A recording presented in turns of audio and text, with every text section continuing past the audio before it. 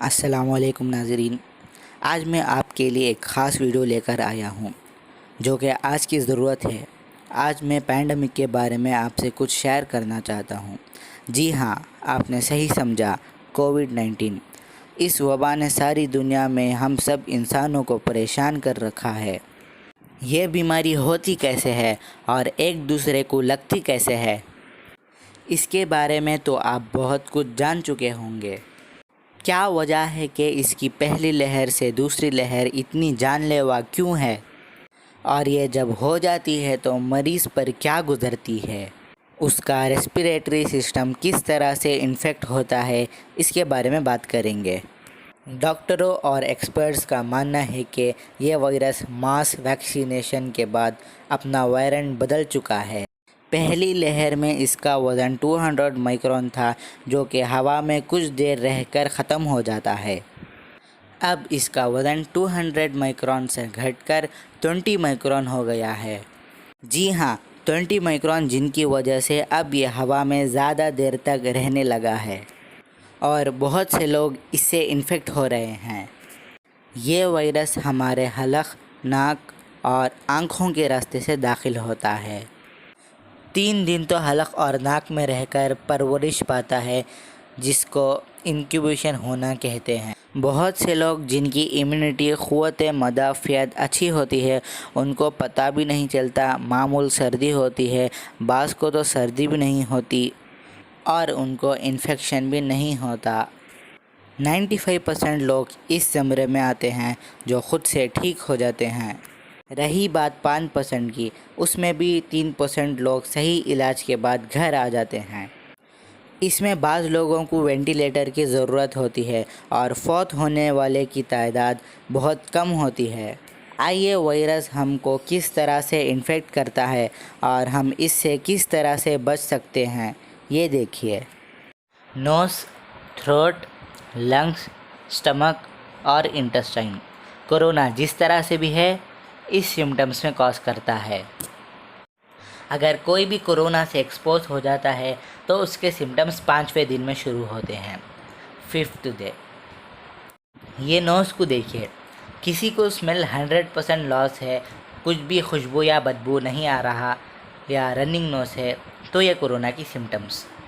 फिर थ्रोट में इरिटेशन है, या गले में दर्द है, या अल्टर टेस्ट है, मज़ा नहीं मालूम हो रहा, तो ये कोरोना की सिम्टम्स।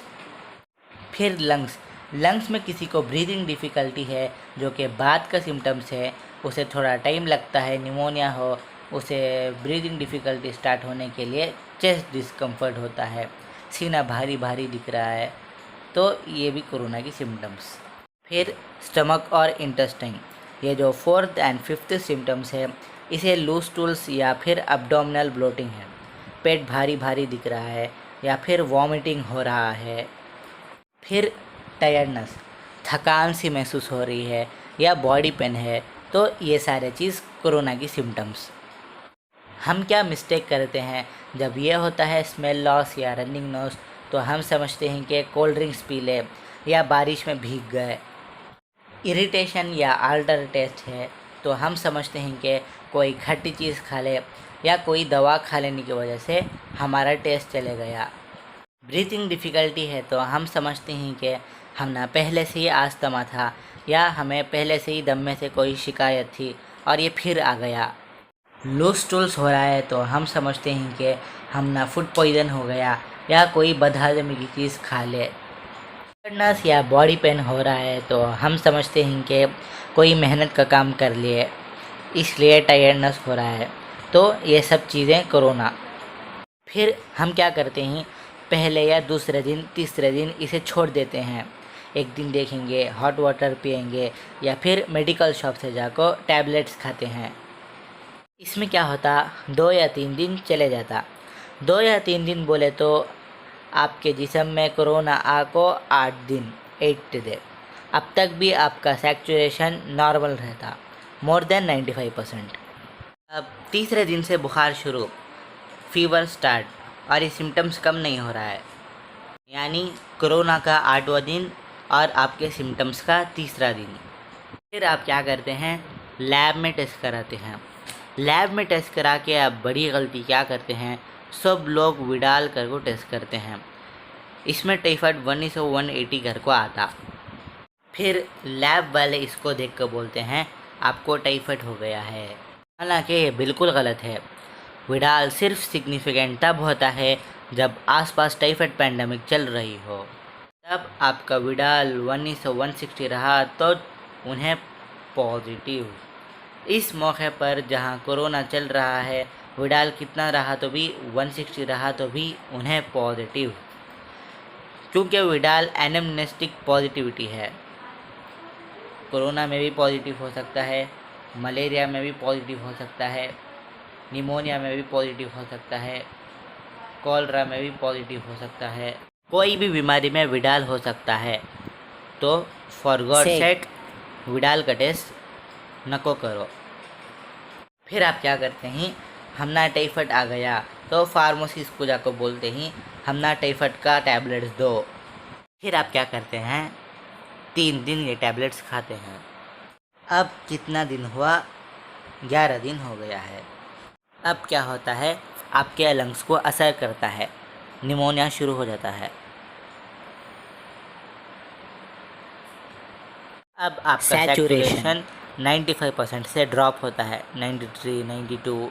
फिर आप क्या करते हैं, 3 दिन ये टैबलेट्स खाते हैं, बुखार कम नहीं होता, फीवर डजंट रिलीफ। तो हम सोचते हैं कि नहीं कोई माजरा है। RT-PCR करते हैं। RT-PCR में क्या मसला है कि 30 to 40% फॉल्स नेगेटिव है। फॉल्स नेगेटिव बोले तो आपको कोरोना रहे तो भी कोरोना नहीं है। अब ऑलरेडी 11 दिन हो गया है। फिर आप क्या करते हैं, वो फॉल्स रिपोर्ट ले ला को घर में इत्मीनान से बैठ जाते हैं, हमना टाइफाइड है सो कोरोना नहीं है। और एक 4 दिन चले जाता तो 11 से 15 दिन जब आप आ जाते हैं तो आपका लंग्स पूरा इन्वॉल्व हो जाता। लंग्स के 3 जोन होते हैं रेडियोलॉजिकली।